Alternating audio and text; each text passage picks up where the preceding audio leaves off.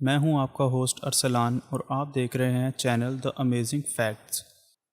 دوستو، آپ نے کبھی سوچا ہے کہ آج سے 33 سال بعد یعنی کہ 2050 میں کون سے ممالک سب سے زیادہ طاقتور ہوں گے اور کون سے ممالک اپنی طاقت کھو دیں گے؟ اگر آپ یہ جاننا چاہتے ہیں تو ہمارے ساتھ جڑے رہیے۔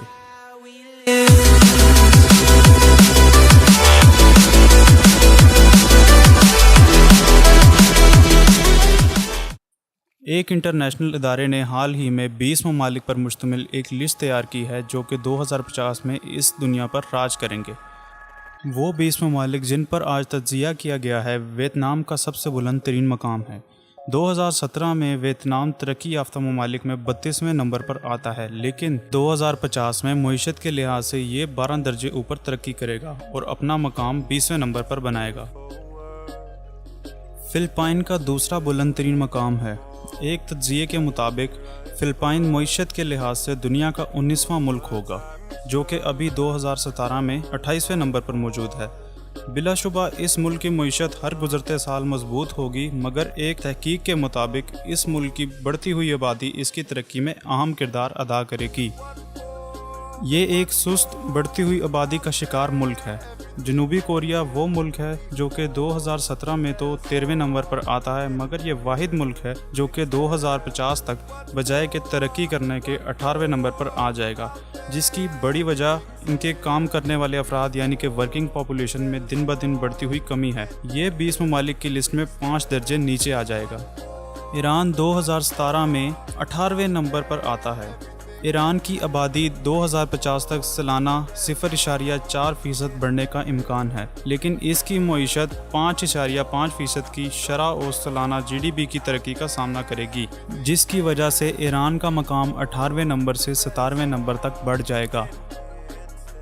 پاکستان کا اس رپورٹ میں شامل کسی بھی ملک کی بڑھتی ہوئی آبادی کے لحاظ سے بلند ترین مقام ہے۔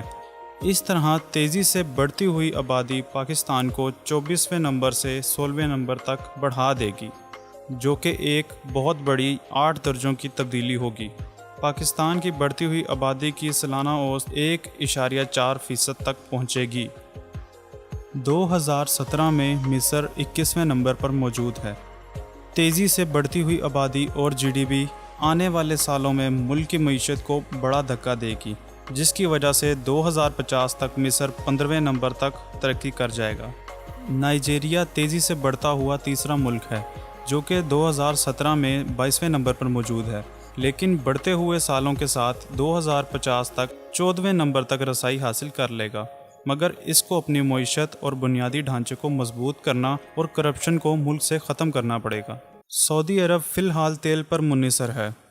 سعودی حکومت نے اپنی معیشت کو مضبوط کرنے کے لیے نئے مہذب منصوبوں کی تیاری کر رکھی ہے۔ سالانہ 5.1% ترقی کی شرح کی وجہ سے سعودی عرب 2050 میں 2 درجے ترقی کرے گا، جو کہ فی الحال 15ویں نمبر پر موجود ہے، لیکن 13ویں نمبر تک رسائی حاصل کر لے گا۔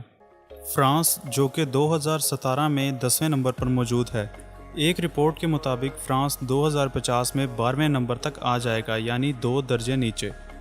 لیکن یہ دھچکا بہت سے دیگر جدید مغربی یورپی ممالک کے مقابلے میں بہت چھوٹا ہے۔